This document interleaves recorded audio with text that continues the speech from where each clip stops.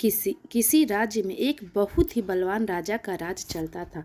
उसकी रानी भी बहुत सुंदर और समझदार थी। राजा रानी का एक पुत्र था। दोनों में अपने पुत्र का पालन पोषण से लेकर उसकी शिक्षा दिशा में किसी तरह की कोई कमी नहीं की थी। राजकुमार भी बहुत सुंदर था। उसका व्यवहार विनम्र था और वह हर के एक संयुक्त पुत्र वह राजकुमार था। कई पड़ोसी राज्यों से राजा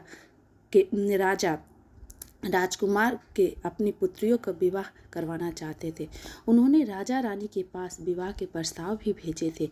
वही राजा रानी चाहते थे कि उनके राजकुमार का विवाह किसी सुंदर, समझदार और संवेदनशील जैसी राजकुमारी से ही हो, जो हर तरह से उसके पुत्र के लिए योग्य।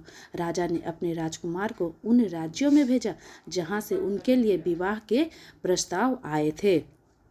राजा चाहते थे कि राजकुमार खुद उन राजकुमारियों से मिले, उन्हें समझे और अपने लिए एक सुयोग्य पत्नी का चुनाव करे। राजकुमार ने भी अपने पिता की बात मान ली। वह कई अलग अलग राज्यों में गया, वहाँ के लोगों और राजकुमारियों से मिला, लेकिन फिर भी उन्हें सभी राजकुमारियों में कुछ न कुछ कमी मिल ही जाती थी। कुछ ही दिनों में राजकुमार मन ही मन सोच रहा था कि शायद उसके भाग्य में पत्नी का सुख नहीं है। यही सोचकर उसने शादी से मना कर दिया और राज्य के काम में मन लगाने लगा। एक शाम बहुत तेज बारिश हो रही थी। तभी राजमहल के दरवाजे पे एक लड़की आई। उसके कपड़े बारिश की वजह से भीग गए थे, उसके बाल बिखरे हुए थे, वो पूरी तरह अस्त व्यस्त नजर आ रही थी। उसने दरवाजे पे खड़े सैनिकों को बताया कि वह एक पड़ोसी राज्य की राजकुमारी है जो बारिश की वजह से यहाँ फंस गई है। ऐसे मौसम में वह अपने महल नहीं जा सकती, इसलिए वह यहाँ शरण लेने आई है।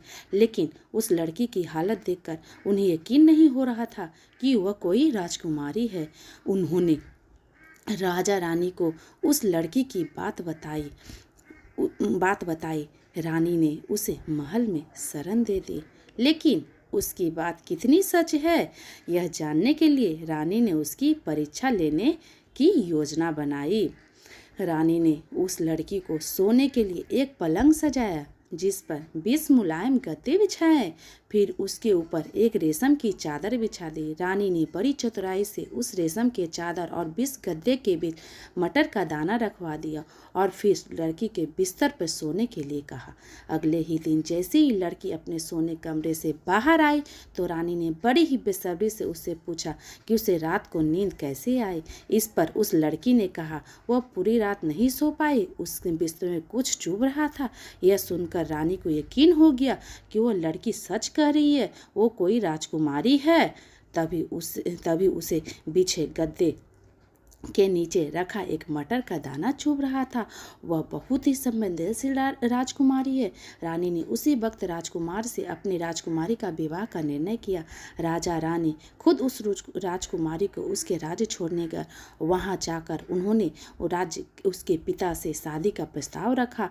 उस राजकुमारी व उसके पिता ने राजकुमारी का विवाह करवा दिया। कहानी से हमें यही सीख मिलती है कि किसी व्यक्ति के किस तरह का परवरिश मिली है कि उसकी झलक उसका व्यवहार बताता है।